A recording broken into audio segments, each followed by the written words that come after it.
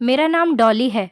आज मैं आप लोगों को अपनी कहानी सुनाने जा रही हूँ, जिसको सुनकर शायद आपकी भी आंखों में आंसू आ जाएं। मैं 18 साल की थी जब मेरे माता पिता को मेरी शादी की फिक्र हो गई थी, जबकि अभी तक मैंने अपनी पढ़ाई भी पूरी नहीं की थी। अभी तो मैं सिर्फ हाई स्कूल ही कर रही थी। मैं गाज़ियाबाद में रहती थी। हमारा कोई रिश्तेदार नहीं था, क्योंकि मेरी माँ की शादी गाँव में हुई थी। मेरे माता पिता के रिश्तेदार वहीं पर रहते थे। काफ़ी सालों पहले ही मेरे पिता अपना गांव छोड़कर गाज़ियाबाद आ गए थे, क्योंकि मेरी माँ को गांव में रहने की आदत नहीं थी। मेरी माँ का मायका दिल्ली के आसपास का ही था और उनकी शादी गांव में हो गई थी, इसलिए मेरी माँ का दिल गांव में नहीं लगता था।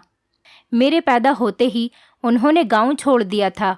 मेरे पिता गाज़ियाबाद में एक फैक्ट्री में मजदूरी किया करते थे। पिताजी की कमाई से बहुत ज़्यादा पैसे तो नहीं आते थे, लेकिन जितने भी आते थे हमारा घर का गुजारा अच्छे से हो जाता था। मैं अपने माता पिता की इकलौती औलाद थी। जैसे जैसे मैं बड़ी होने लगी तो मेरी माँ पिताजी से रोज़ कहती कि तुम्हारी फैक्ट्री वाली नौकरी की कमाई से अब घर नहीं चलता, तुम कोई और काम देख लो। तो उस पर मेरे पिताजी कहते कि अब इसके अलावा मुझसे इस उम्र में कुछ नहीं होता। तब जवानी थी और शरीर में जान थी।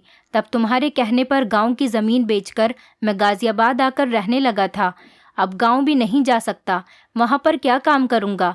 इसी बात को लेकर इन दोनों में हर रोज़ लड़ाई झगड़ा होता रहता था। माँ और पिताजी को इस तरह से लड़ता हुआ देखकर मेरा दिल पढ़ाई से भी हटता जा रहा था। पिताजी के अलावा घर में कोई और कमाने वाला नहीं था। मेरे पिता बेचारे अकेले ही इतनी मेहनत किया करते थे। मेरा दिल चाहता था कि मैं अपने पिता की मदद कर सकूं, लेकिन जब भी मैं कोई काम करने का कहती, माँ मुझे साफ इनकार कर देती कि बस अब मुझे तुम्हारी शादी करनी है। मुझे अपने पिता की बूढ़ी हड्डियों पर बहुत तरस आता था। मेरा दिल चाहता था कि मैं अपने पिता की मदद कर सकूं, लेकिन माँ के आगे हमेशा ही मैं मजबूर हो जाती थी। हमारे गांव में शादी थी और हमें वहां से इनविटेशन आया था। हमारे जितने भी रिश्तेदार थे सारे गांव में ही मौजूद थे। शादी मेरे बुआ के बेटे की थी, इसलिए वहां पर जाना भी ज़रूरी था। हम लोगों ने शादी में जाने की तैयारियां शुरू कर दी थीं। हमने अपनी पैकिंग भी कर ली थी। माँ पिताजी से कहने लगी कि इस बार गांव चलकर हमें अपनी बेटी डोली का रिश्ता भी तय कर देना है। वहां पर जाकर तुम्हें हमारी बेटी के रिश्ते की बात चलानी है। वहां जाकर कोई अच्छा रिश्ता मिल जाए तो बात पक्की कर देना। मुझे अपनी माँ की ये बात सुनकर बहुत हैरत हो रही थी। वो खुद तो सारी ज़िंदगी काम छोड़कर शहर में आकर रह रही थी और मेरे लिए वो गांव में रिश्ता ढूंढने जा रही थी। मैं अभी शादी नहीं करना चाहती थी। मैं पढ़ना चाहती थी। मैं चाहती थी कि मैं अपने पिता की परेशानियों को ख़त्म कर सकूं और कुछ बनकर हमारी ज़िंदगियों को आसान बना सकूं। मेरे पिता भी इस बात के लिए राज़ी हो गए थे। मैं शर्म की वजह से पिताजी के सामने तो कुछ नहीं बोल पाई थी, लेकिन पिताजी के जाते ही मैंने माँ को साफ साफ कह दिया कि मैं मर जाऊंगी, लेकिन गांव में शादी नहीं करूंगी और तुम गांव में जाकर मेरे रिश्ते की बिल्कुल भी कोई बात मत करना। ऐसा न हो कि बाद में आपको बेइज्जती का सामना करना पड़े। मैं यहाँ शहर में रहकर पढ़ लिख कर नौकरी करना चाहती हूँ और अपने पिता का सहारा बनना चाहती हूँ। मुझे अभी शादी की कोई जल्दी नहीं थी। 2 दिन बाद जब हम गाँव चले गए तो वहाँ जाने के बाद जब शादी निपट गई तो मेरे पिताजी ने अपने पड़ोस में रहने वाले मेरे पिताजी के दोस्त के बेटे के साथ ही मेरा रिश्ता तय कर दिया और वहाँ सब लोगों को ये खबर दे दी कि उन्होंने रिश्ता पक्का कर दिया है। मैंने लड़के को देखा तक नहीं था। शादी वाले घर में मौजूद औरतें बार बार मुझे देख रही थीं। ये सब मुझे बहुत अजीब लग रहा था और बहुत बुरा भी लग रहा था। फिर एक औरत कहने लगी कि ये मनीष की होने वाली पत्नी है। मुझे कुछ समझ नहीं आ रहा था। मैंने अकेले में अपनी माँ से बात की तो उन्होंने भी कहा कि तुम्हारा रिश्ता पक्का हो गया है, अब ज़्यादा बोलने की कोई ज़रूरत नहीं है। मुझे अपनी माँ की बात पर बहुत ज़्यादा गुस्सा आया था और मैं कमरे में जाकर खूब रोई थी कि मुझे अभी शादी नहीं करनी, लेकिन मेरे माता पिता तो ज़बरदस्ती मेरी शादी करवाना चाह रहे थे। किसी ने मेरी एक न सुनी। गाँव में मेरा बिल्कुल भी दिल नहीं लगता था। मैं जितने भी दिन यहाँ पर रही उदास ही रही थी। अपने पिता के सामने बोलने की तो मेरी हिम्मत ही नहीं थी, इसीलिए ना चाहते हुए भी इस रिश्ते को एक्सेप्ट करना पड़ा था। लेकिन वो लड़का कौन है, कैसा है, ये मेरा जानना इतना ज़रूरी नहीं था, क्योंकि मुझे शादी में कोई इंटरेस्ट नहीं था। मेरे घर वाले ज़बरदस्ती मेरी ये शादी करवा रहे थे। मेरी बुआ के बेटे की शादी ख़त्म हो गई तो हम लोग वापस अपने घर आ गए थे। यहाँ पर हर रोज़ मेरी माँ पिताजी से मेरी शादी के इंतज़ाम के बारे में कहती रहती थी। ये बातें सुनकर मेरे पिता परेशान हो जाते थे और उनके चेहरे पर परेशानी भरे एक्सप्रेशन देखकर मेरा दिल बहुत दुखता था। मेरे पिता गरीब थे और मेहनत मजदूरी करके घर का खर्चा चलाते थे, लेकिन फिर भी ना जाने क्यों उन दोनों को मेरी शादी की इतनी जल्दी आ रही थी। मेरे पिता की कमाई से कुछ भी नहीं जुड़ पा रहा था, तो इसीलिए वो दिन ब दिन और ज़्यादा परेशान रहने लगे थे। एक दिन मेरे पिता ने माँ को बताया कि उनके कुछ दोस्त विदेश पैसे कमाने के लिए जा रहे हैं, क्यों ना मैं भी उनके साथ विदेश चला जाऊं और वहां जाकर मैं तुम लोगों को पैसे भेजता रहूँगा। तुम मेरी बेटी का दहेज जोड़ लेना। मैंने जब पिताजी की ये बात सुनी तो मैंने फ़ौरन ही उनको विदेश जाने के लिए मना कर दिया कि पिताजी को इस उम्र में किसी की भी खातिर बाहर जाने की कोई ज़रूरत नहीं है। अगर वो लोग मुझे एक्सेप्ट करना चाहते हैं तो ऐसे ही करें। अगर दहेज लेकर शादी करना चाहते हैं तो मैं आप लोगों के घर में ही ठीक हूँ, मुझे नहीं जाना शादी करके। ये सुनकर माँ को गुस्सा आ गया और वो मुझसे कहने लगी कि तू कौन होती है बड़ों के बीच में बोलने वाली। पिताजी ने माँ को चुप कराया और मेरे करीब आकर मेरे सर पर हाथ रखा और मुझे समझाने लगे कि बेटी की शादी करना तो हर माता पिता का फ़र्ज़ होता है, इसलिए माता पिता अपनी बेटी को ज़रूरत का सामान दहेज के रूप में देते हैं। तुम डरो मत और मेरी फ़िक्र मत करो, मैं 1-2 साल में वापस आ जाऊंगा। मेरे पिता ने मुझे चुप होने पर मजबूर कर दिया था, लेकिन मेरी माँ को पिताजी के विदेश जाने की बहुत खुशी थी, क्योंकि पिताजी वहाँ से बहुत सारे पैसे भेजने वाले थे। कुछ दिनों बाद ही पिताजी के विदेश जाने की तैयारी पूरी हो गई थी। गांव से भी कुछ लोग आए थे जो पिताजी के साथ विदेश जा रहे थे। सब लोग मिलकर विदेश के लिए रवाना हो गए थे। पिताजी को इतने सालों के लिए जाता हुआ देखकर मेरी आंखों से आंसू नहीं रुक रहे थे। मैं अपने पिता से बहुत प्यार किया करती थी। कहते हैं ना कि बेटियां तो पिता की लाडली होती हैं, कुछ ऐसा ही मेरे साथ भी था। मैं अपने पिता की लाडली थी और इस दुनिया में सबसे ज़्यादा प्यार मैं अपने पिता से करती थी और वो भी मुझसे बहुत प्यार करते थे। लेकिन माँ को तो बस जल्दी थी कि पिताजी को हम किसी तरह से भी परेशान न करें, ताकि वो बेफिक्र होकर यहाँ से जाएं और उनके जाते ही हमारे अच्छे दिन शुरू हो जाएं।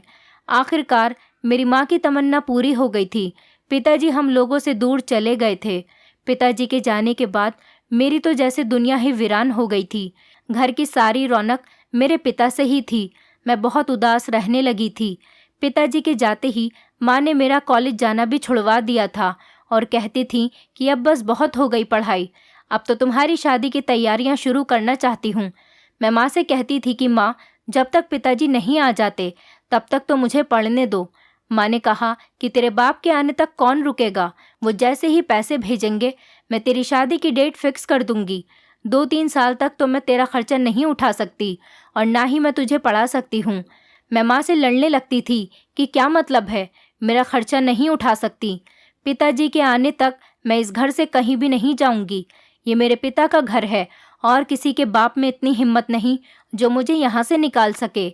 ये बात सुनकर मेरी माँ को मुझ पर बहुत ज़्यादा गुस्सा आया। उन्होंने मुझे इतना मारा कि 2 दिन तक मेरा शरीर दर्द करता रहा। पिताजी के घर से निकलते ही माँ के तो जैसे पर निकल आए थे। उन्होंने मेरी पढ़ाई भी छुड़वा दी थी और सारे घर का काम मेरे सर पर डाल दिया था। खुद तो बस मोहल्ले के घरों के चक्कर काटती रहती थी, कभी इस घर के तो कभी उस घर के। बस तैयार होकर घर से निकल जाती थी। दोपहर को आकर खाना खा लेती और उसके बाद थोड़ा आराम करने के बाद फिर शाम के टाइम पर पड़ोस के घरों में जाकर बैठ जाया करती थी और मैं सारा दिन घर में अकेलेपन का शिकार होती रहती थी। माँ को घूमने फिरने से ही फुर्सत नहीं थी। घर से लेकर बाहर तक के सारे काम अब मैं करने लगी थी। घर में खाना बनाना, और घर में जब खाना बनाने के लिए राशन ख़त्म हो जाता था उसकी जिम्मेदारी भी मुझ पर ही थी। एक दिन मैं घर का सामान लेने के लिए बाजार जा रही थी। एक लड़के की दुकान हमारे गली के नुक्कड़ पर ही थी। उस दुकान पर लड़का बैठा हुआ था। वो लड़का नज़र भरकर मुझे देख रहा था। जैसे ही मेरी नज़र उस पर पड़ी मैंने देखा कि वो मुझे घूर रहा था। उसके बाद मैं जब मार्केट से वापस आई तो तब भी वो मुझे ही देख रहा था। बड़ी मुश्किल से मैंने उससे अपनी नज़रें चुराईं और अपना सामान लेकर घर वापस लौट आई थी। वो घर तक मुझ पर नज़र रखे हुए था। मैंने फ़ौरन ही अंदर जाकर गेट बंद कर लिया। जब भी मैं घर से निकलती थी वो मुझे अजीब अजीब नज़रों से देख रहा होता था। उसके बारे में मैं अपनी माँ से भी कुछ नहीं कह सकती थी। माँ तो ये बात सुनते ही मेरा जीना दुश्वार कर देती। तंग आकर मैंने घर से बाहर निकलना तक छोड़ दिया था। वो लड़का जब भी मैं घर से बाहर निकलती तो अपनी दुकान पर बैठा हुआ मुझे गौर गौर से देखता था। अब तो आने जाने वाले लोगों को भी शक होने लगा था। एक दिन मैं घर की छत पर खड़ी हुई थी तो उसने मुझे इशारा करते हुए एक कागज़ पर कुछ लिखकर मेरी तरफ फेंक दिया। मैं घबरा गई। मुझे बहुत ज़्यादा डर लग रहा था, लेकिन उस कागज़ को पढ़े बिना मुझे सुकून भी नहीं आ रहा था। मैंने उस कागज़ को उठाकर खोला तो उसने उस कागज़ के थ्रू मुझे प्रपोज किया था। उसमें लिखा हुआ था, मैं कोई बुरा लड़का नहीं हूँ, बस तुम मुझे इतनी पसंद आ गई हो कि दिल के हाथों मजबूर होकर मैंने ये कदम उठाया है। एक बार बात करने का मौका दे दो, अगर फिर तुम जो कहोगी मैं वो करूँगा। मैं तुम्हारी खातिर कुछ भी करने के लिए तैयार हूँ। मैंने सोचा इससे जान छुड़ाने का कोई और अच्छा तरीका नहीं है। मैंने सोचा उसे बता दूंगी कि मेरी एंगेजमेंट हो चुकी है तो उसका दिल खुद ही टूट जाएगा और वो मायूस होकर यहाँ से चला जाएगा और मेरा पीछा भी छोड़ देगा। मैंने एक दिन माँ के घर से निकलते ही मौका पाकर उसे इशारे से घर के अंदर बुला लिया और उसके अंदर आते ही मैंने झट से दरवाजे को अंदर से बंद कर लिया। वो तो बुरी तरह से काँप रहा था। मैं लड़की थी, लेकिन मुझसे ज़्यादा उसे डर लग रहा था। मैंने उसे रिलैक्स होने को कहा और कहा कि बताओ तुम मुझसे क्या बात कहना चाहते हो। तो उसने कहा कि जिस दिन से उसने मुझे देखा है दिल के हाथों मजबूर होकर रह गया है। न दिन को सुकून मिलता है न रात को चैन। रात रात भर इसी इंतज़ार में गुजार देता है कि कब दिन निकले और वो मेरा दीदार कर सके। उसने कहा कि डॉली, मुझे गलत मत समझना, मैं तुम्हारा नाम और तुम्हारे बारे में अच्छी तरह से जानता हूँ। मैं कोई धोखेबाज और झूठा इंसान नहीं हूँ, लेकिन मोहब्बत तो मोहब्बत है, हो ही जाती है, और जिससे हो जाती है इंसान उसके हाथों मजबूर हो जाता है। मैंने उससे कहा कि तुम मेरे बारे में सब कुछ जानते हो, लेकिन शायद ये नहीं जानते कि मेरा रिश्ता लगा हुआ है। मेरी शादी मेरे पिता के दोस्त के बेटे के साथ हो रही है और मैं यहाँ से शादी होने के बाद गाँव चली जाऊँगी। मेरा ससुराल गाँव में ही है। मैं अपने माता पिता की इज्जत का बहुत ख्याल करती हूँ। तुम्हें किसी के सहारे पर नहीं रखना चाहती ताकि मैं तुमसे किसी तरह का झूठ बोलूँ, और कुछ दिन के लिए तुमसे रिलेशनशिप बनाकर मैं तुम्हें धोखा नहीं देना चाहती। ये सब सुनकर वो थोड़ा सैड हो गया था, लेकिन मेरा सच बोलने से वो बहुत ज़्यादा खुश हुआ था। उसने बताया कि ये नुक्कड़ वाली दुकान उसके पिता की है। कभी कभी वो उस दुकान पर बैठ जाता है और वही उसका घर भी है। उसने बताया कि मेरे परिवार में मैं और सिर्फ मेरे पिता हैं। हम दोनों इसी दुकान से अपना गुजर बसर करते हैं, लेकिन हम दोनों की ज़िंदगी बहुत अच्छी गुजर रही है। मेरी शादी हो जाएगी तो शायद घर में कोई औरत आ जाएगी। मेरी माँ काफ़ी सालों पहले गुजर चुकी है और मेरी बहन की शादी भी 2 साल पहले ही हो गई। उसने कहा कि ज़िंदगी में अगर कभी भी कोई काम या कोई ज़रूरत हो तो तुम मुझे ज़रूर याद करना। भले ही तुम मेरी किस्मत में तो नहीं हो, लेकिन मेरे दिल में हमेशा रहोगी। मैंने उसकी फीलिंग्स की कदर की और वो बेचारा थोड़ी देर के बाद मेरे घर से खुद ही चला गया था। हम दोनों के बीच बहुत रेस्पेक्ट के साथ बात हुई थी। वो मुझे आम लड़कों से बिल्कुल अलग लगा था। मैं जब उसे गली में खड़ा हुआ देखती थी तो समझती थी कि वो कोई आवारा या फिर लोफर टाइप का लड़का होगा जो मेरे पीछे पड़ा हुआ है, लेकिन उसके साथ बात करके मुझे एहसास हुआ था कि सच में मुझसे कोई इतनी मोहब्बत भी कर सकता है। ये सब सोचकर मेरी भी आंखें भर आई थी, और जब जाते टाइम वो मुझे गुड बाय बोलकर गया तो मैंने उसकी आंखों में भी आंसू देखे थे।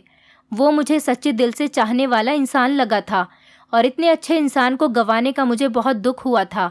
इसके बाद भी जब मैं घर से किसी काम के लिए निकलती थी तो वो मुझे अपनी दुकान में बैठा हुआ दिख जाता था।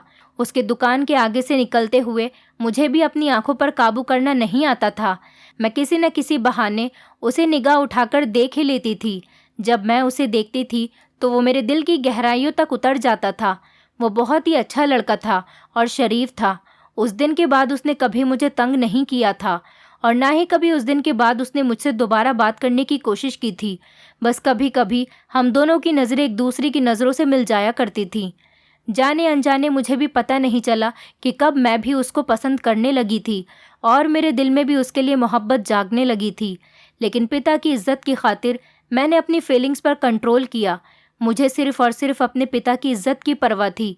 मेरे पिता दूसरे देश में मेरे लिए मेहनत कर रहे थे। मैं उनकी इज्जत पर कैसे आँच आने दे सकती थी। इसीलिए मैंने अपने दिल को संभाल लिया था कि वो मुझे कितना भी चाहता हो और अच्छा लगता हो, लेकिन मेरी किस्मत मेरे पिता के फैसले की मोहताज है। फिर कभी मेरी ना उससे बात हुई और ना ही ज़्यादा मैंने जान पहचान बढ़ाई। बस आंखों ही आंखों में आंखों की ज़रूरत पूरी होती रही। इसी तरह से अगले 4 महीने तक ऐसा ही चलता रहा और 4 महीने बाद पिताजी ने विदेश से काफ़ी सारा सामान और मेरे दहेज के लिए काफ़ी सारे पैसे भी भेज दिए थे। मेरी माँ ने अकेले ही मेरी शादी करने का फ़ैसला कर लिया था और मेरी ससुराल में कह दिया था कि वो कुछ लोगों को लेकर मेरे घर बारात लेकर आ जाएं। मैंने अपनी माँ को ये शादी करने के लिए बहुत रोका कि पिताजी के आने से पहले मुझ पर ये जुल्म मत करो, मुझे अपने माता पिता के आशीर्वाद के साथ विदा होना है। लेकिन मेरी माँ ने मेरी एक नहीं सुनी। कुछ दिन बाद गांव से कुछ लोग आकर शादी की डेट फिक्स करके चले गए। मैंने अभी तक लड़के की फ़ोटो तक नहीं देखी थी और दिन रात में रोती रहती थी। माँ ने पिताजी से कहकर अपना फ़ैसला ज़बरदस्ती मनवा लिया। पिताजी ने फ़ोन पर बात की और शादी के लिए राज़ी होने को कहा। पिताजी मुझसे कहने लगे, मेरा आशीर्वाद हमेशा मेरी बेटी के साथ रहेगा। मैं हमेशा अपने पिता की बात के आगे झुक जाती थी और इस बार भी पिताजी के कहने पर मैं चुप ही रही थी और उनकी बात को मैंने मान लिया था। शादी की तैयारी बढ़ती गई। धीरे धीरे मेरा दम घुटने लगा था। कोई भी ऐसा इंसान नहीं था जो मेरी साइड ले सकता, जो मुझे तसल्ली देता। मेरी माँ तो बस हर टाइम शॉपिंग करने में ही लगी रहती थी। वो पिताजी की कमाई को दोनों हाथों से लुटाने में लगी हुई थी। कुछ कपड़े मेरी शादी के लिए बनाती तो अपने लिए उससे डबल कपड़े लेकर आती थी। माँ ने पड़ोस में शादी का इनविटेशन भी देना शुरू कर दिया था और उन्हीं औरतों को अपने साथ शॉपिंग पर लेकर जाती थी। मेरी माँ ने मेरी कोई भी ख्वाहिश नहीं पूछी थी कि मुझे क्या पसंद है, मैं क्या अभी ससुराल लेकर जाना चाहती हूँ, कुछ भी नहीं। बस वो मेरे सारे काम अपनी मर्जी से ही कर रही थी। वो बहाने से शॉपिंग पर निकल जाती थी और अपनी दोस्तों के साथ होटल में खाना खाकर आती थी। पिताजी का पैसा माँ को बहुत अच्छा लग रहा था। माँ जब अपनी दोस्तों पर पैसे खर्च किया करती थी तो उनकी दोस्तें माँ को और भी ज़्यादा इज्जत देने लगी थीं। माँ इस बात से बहुत खुश हो जाया करती थी। मैं माँ को समझाने लगी थी तो वो मुझे डांट कर चुप करा देती थी कि तेरे पिता सारी मेहनत सिर्फ तेरे अकेले के लिए ही तो नहीं कर रहे। मैं उनकी पत्नी हूँ, सबसे पहले उनकी कमाई पर मेरा हक बनता है। मेरी माँ ने अपने आप को बुरी तरह से बिगाड़ कर रखा था। उन्हें घर की और अपनी जवान बेटी की कोई चिंता नहीं थी। वो पिताजी की कमाई को अपने पास संभाल कर नहीं रख रही थी, बल्कि बेवजह की चीज़ों में उड़ा दिया करती थी। नए नए कपड़े बनाना, सहेलियों के साथ बाहर घूमने जाना, होटल में खाना खाना, ये सारे शौक उन्होंने बना लिए थे। माँ को मोहल्ले की औरतों से अपनी तारीफ सुनना बहुत अच्छा लगता था। माँ मुझे भी इसीलिए जल्द से जल्द शादी करके यहाँ से भेज देना चाहती थी ताकि वो बेफिक्र होकर आराम से अपनी ज़िंदगी सुकून से गुजार सके। मुझे लगता था जैसे वो मेरी सगी माँ नहीं बल्कि सौतेली माँ है। मैं अंदर से टूट कर रह गई थी। माँ ने थोड़े से कपड़े और थोड़ा सा सामान मेरे दहेज के लिए इकट्ठा कर लिया था। बस वो अपनी जिम्मेदारी से आज़ाद होकर बैठ गई थी।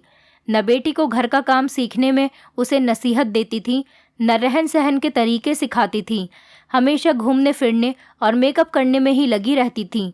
पिताजी के जाने के बाद माँ ने अपने आप को और भी ज़्यादा जवान बना लिया था। मेरी शादी की डेट फिक्स हो चुकी थी और धीरे धीरे मेरी शादी के दिन करीब आ रहे थे और मैं हर रोज़ चूल्हे पर जल रही थी। मेरी माँ ने मेरे सारे सपनों को चकनाचूर कर दिया था। मैं पढ़ लिख कर कुछ बनना चाहती थी, लेकिन शादी होने के बाद मेरे सारे शौक़ ख़त्म होने वाले थे।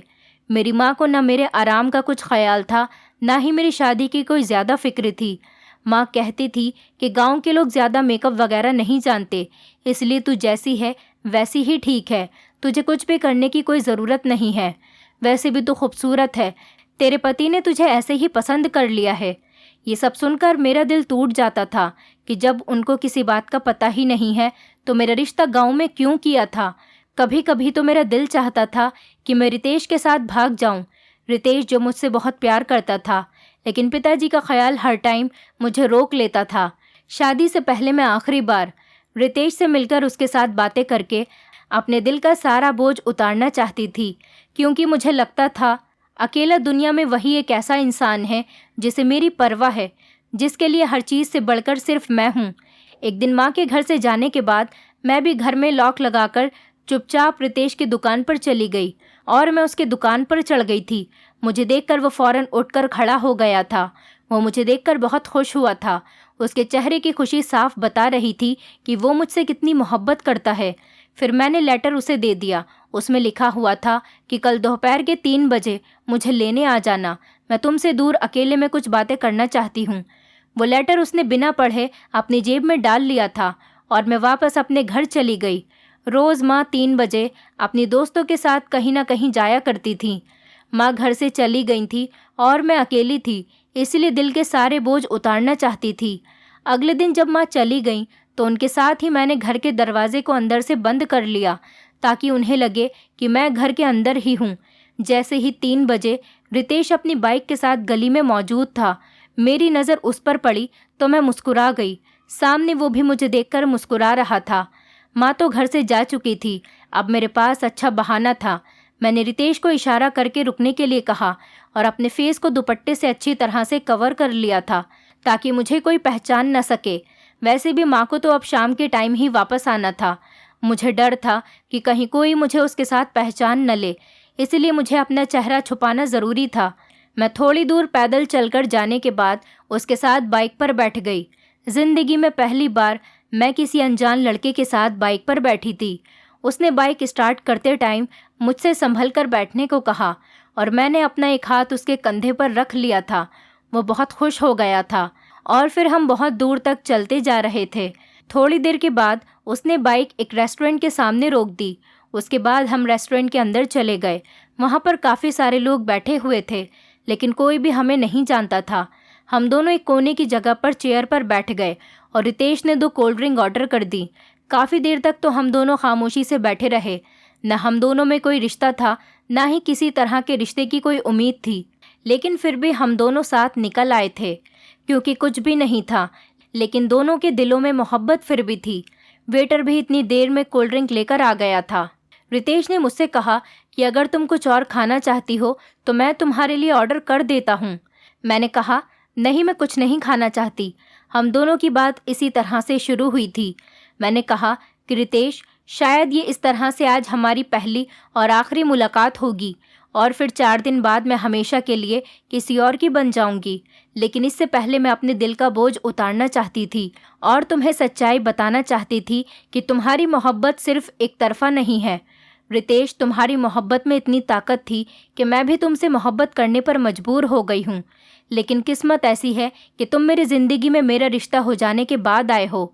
अगर तुम पहले आ जाते तो मैं सारी दुनिया से लड़कर भी तुम्हारे अलावा किसी से रिश्ता नहीं जोड़ती, लेकिन अब मैं क्या करूं? मेरे पिताजी मेरी शादी की खातिर दूसरे देश में दिन रात मजदूरी कर रहे हैं।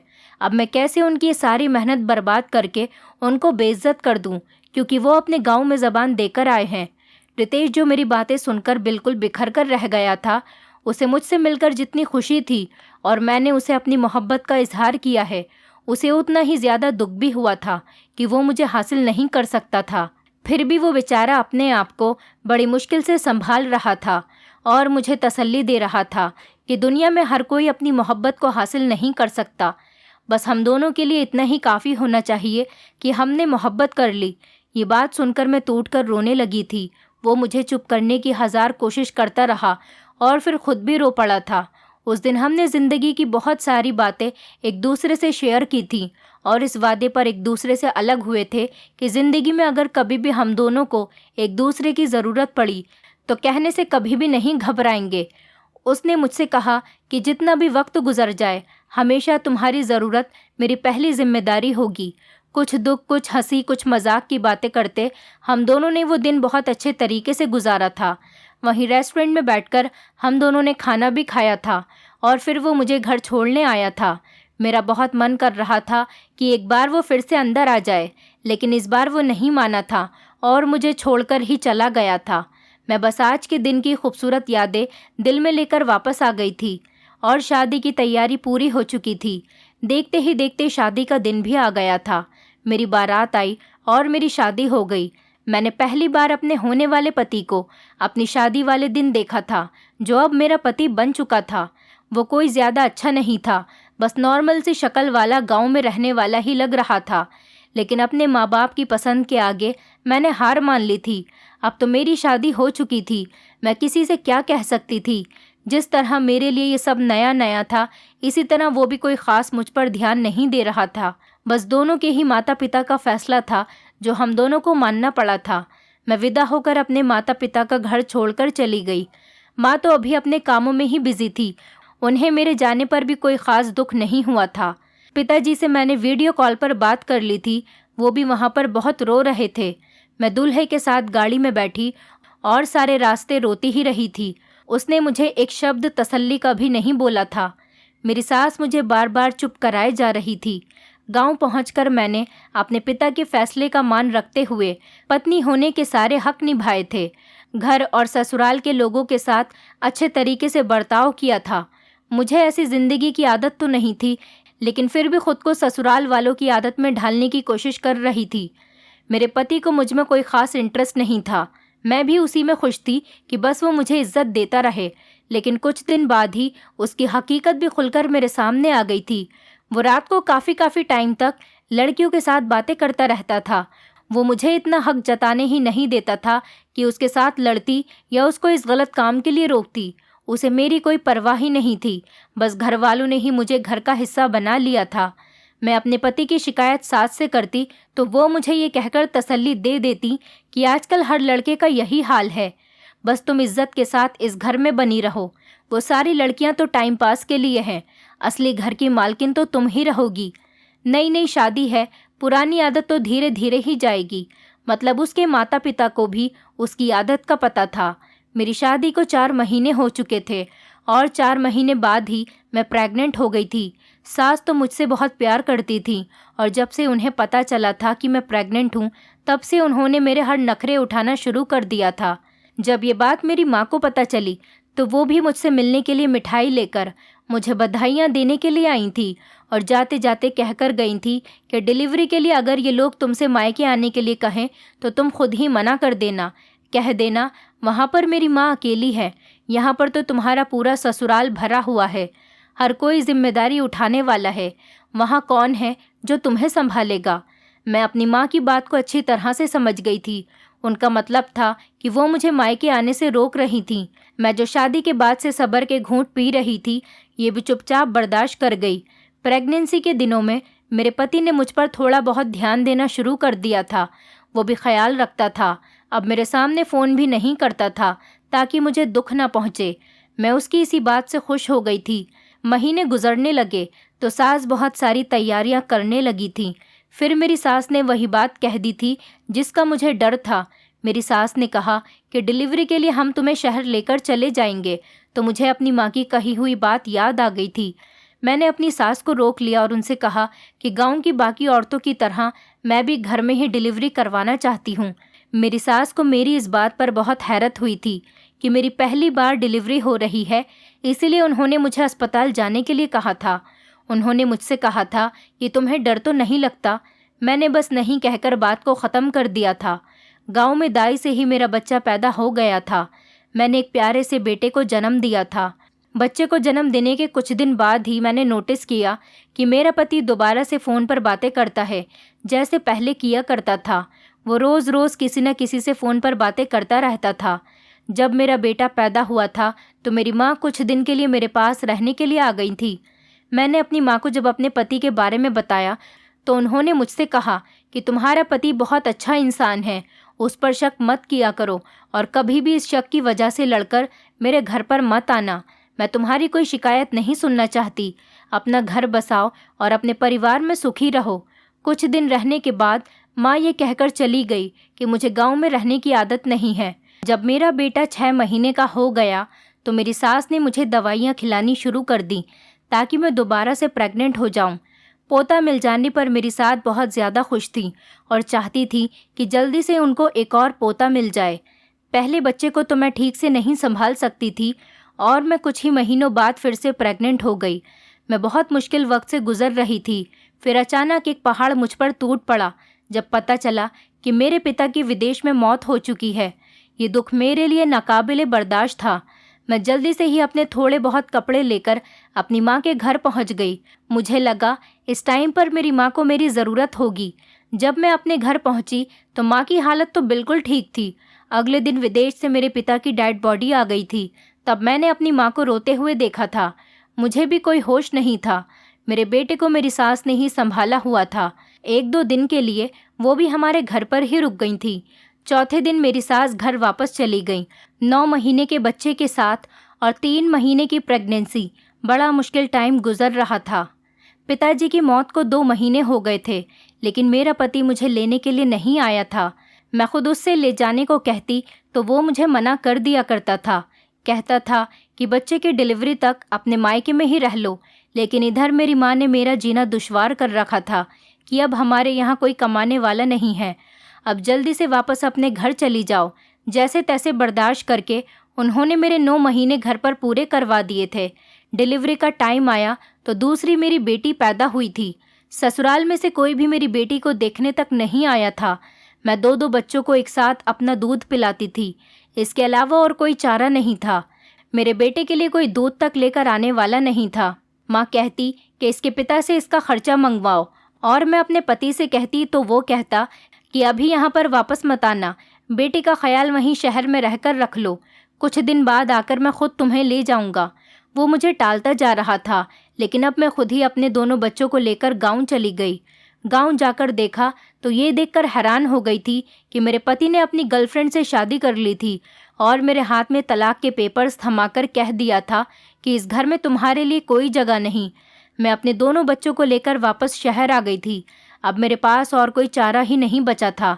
तलाकशुदा होकर मैं दोबारा अपनी माँ के पास वापस आ गई थी।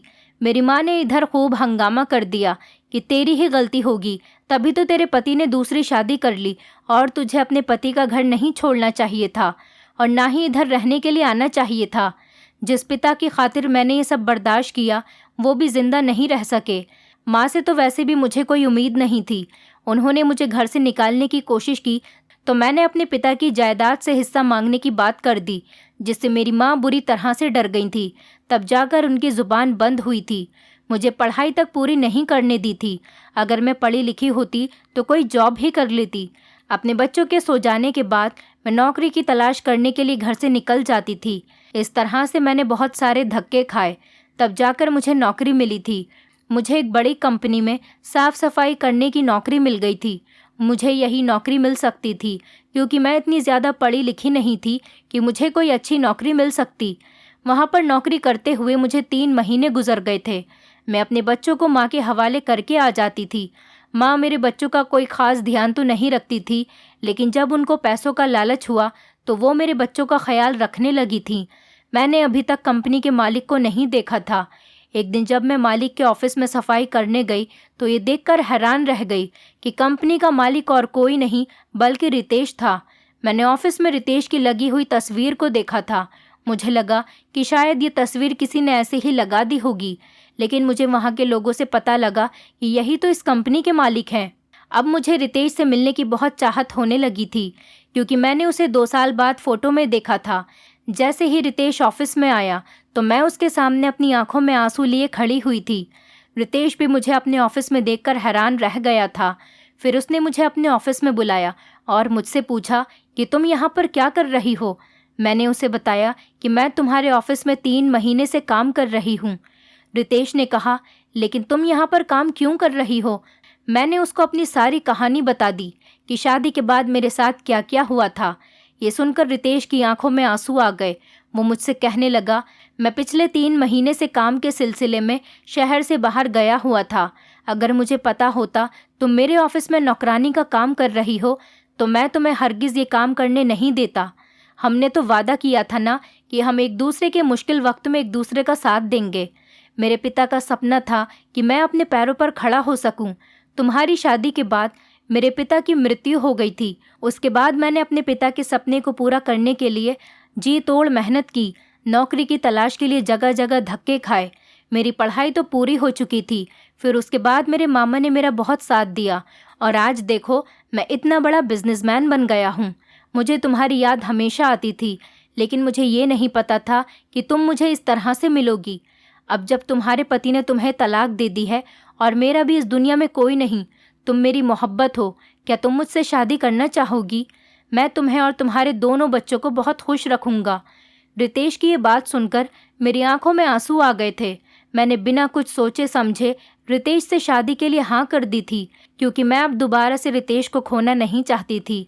मैंने अपनी माँ से पूछकर रितेश से शादी कर ली। रितेश एक बहुत अमीर इंसान होने के साथ साथ बहुत अच्छा इंसान भी है। रितेश ने मेरे दोनों बच्चों को एक्सेप्ट कर लिया और आज वो उनको सगे पिता की तरह प्यार करता है। आज मैं अपने पति रितेश के साथ बहुत ज़्यादा खुश हूँ। मेरी शादी के 2 महीने बाद मेरी माँ भी इस दुनिया से चल बसी थी। रितेश ने मेरा बहुत साथ दिया।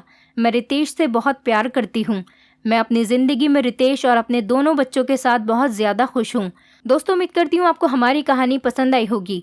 कहानी पसंद आई है तो वीडियो को लाइक करें, चैनल पर नए हैं तो चैनल को सब्सक्राइब करें और हाँ, नोटिफिकेशन बेल को ज़रूर दबाएं ताकि अगली अपडेट सबसे पहले आपको मिले।